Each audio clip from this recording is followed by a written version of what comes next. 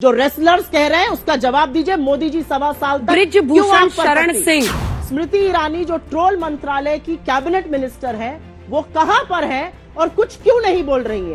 क्या ये लड़कियां हमारे देश की बेटियां नहीं है? भाजपा के एक मंत्री ने अभी तक इस पर निंदा भी प्रकट करी है।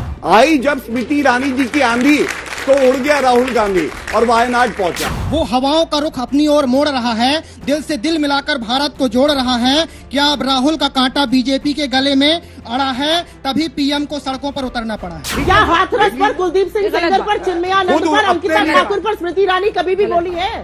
समाज में जब डर पैदा होता है, नफरत फैलाना बहुत आसान होता है। अगर किसान के दिल में डर है, आसानी से उसको नफरत में बदला जा सकता है।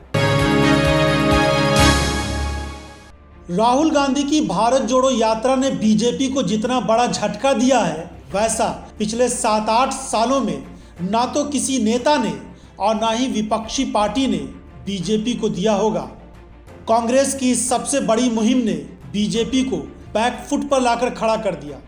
बड़ी समस्या बीजेपी के सामने पीएम मोदी की छवि को लेकर उभरकर सामने आई, क्योंकि भारत जोड़ो यात्रा के दौरान राहुल गांधी और पीएम मोदी दोनों के बीच तुलना होने लगी और इसी बीच राहुल गांधी का ग्राफ बढ़ता हुआ नजर आया। पीएम मोदी से लोग शिकायत करते नजर आए, नाराज नजर आए। मोदी पर वादा खिलाफी का भी आरोप लगाते हुए लोग दिखे। 7 सितंबर से शुरू हुई भारत जोड़ो यात्रा 29 जनवरी को खत्म हो जाएगी। 30 जनवरी को राहुल गांधी श्रीनगर में पार्टी मुख्यालय में अपने यात्रियों के साथ कन्याकुमारी से चल रहे तिरंगे को फहराएंगे। राहुल गांधी जब श्रीनगर में तिरंगा लहराएंगे तो ठीक उसी वक्त देश भर में कांग्रेस के कार्यालय में झंडा फहराने का कार्यक्रम भी आयोजित किया जाएगा। इस पूरी यात्रा के दौरान कांग्रेस पार्टी ने बेरोजगारी, महंगाई और नफरत के खिलाफ जो संदेश दिया, वो देश के अलग अलग हिस्सों में पहुंचा है। समाज में जब डर पैदा होता है, नफरत फैलाना बहुत आसान होता है। अगर किसान के दिल में डर है, आसानी से उसको नफरत में बदला जा सकता है। अगर छोटे व्यापारी के दिल में डर है, आसानी से उसको नफरत में बदला जा सकता है। तो इनका यही काम है, देश में डर फैलाओ और उसको नफरत में बदलो। कभी जेब कतरे ने यह तो नहीं कहा भैया अपनी पॉकेट को देखो, अपने बटुए को देखो, कभी नहीं कहेगा।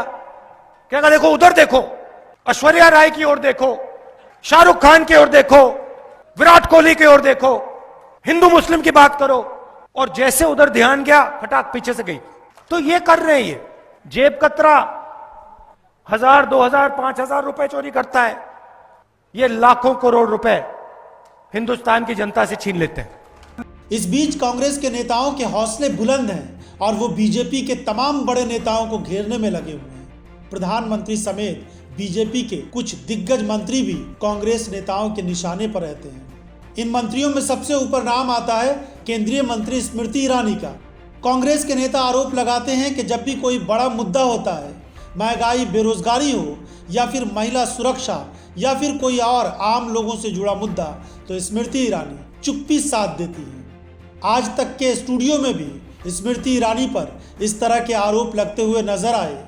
स्मृति ईरानी जो ट्रोल मंत्रालय की कैबिनेट मिनिस्टर है, वो कहां पर है और कुछ क्यों नहीं बोल रही है? देश की महिला और बाल विकास मंत्री जो कि एक राहुल गांधी ट्रोल है, वो इस वाक्य पर एक भी शब्द बोलेंगी। भाजपा में कुलदीप सिंह सेंगर हुए, भाजपा में चिन्मयानंद हुए, भाजपा में अंकिता ठाकुर का कातिल बैठा है।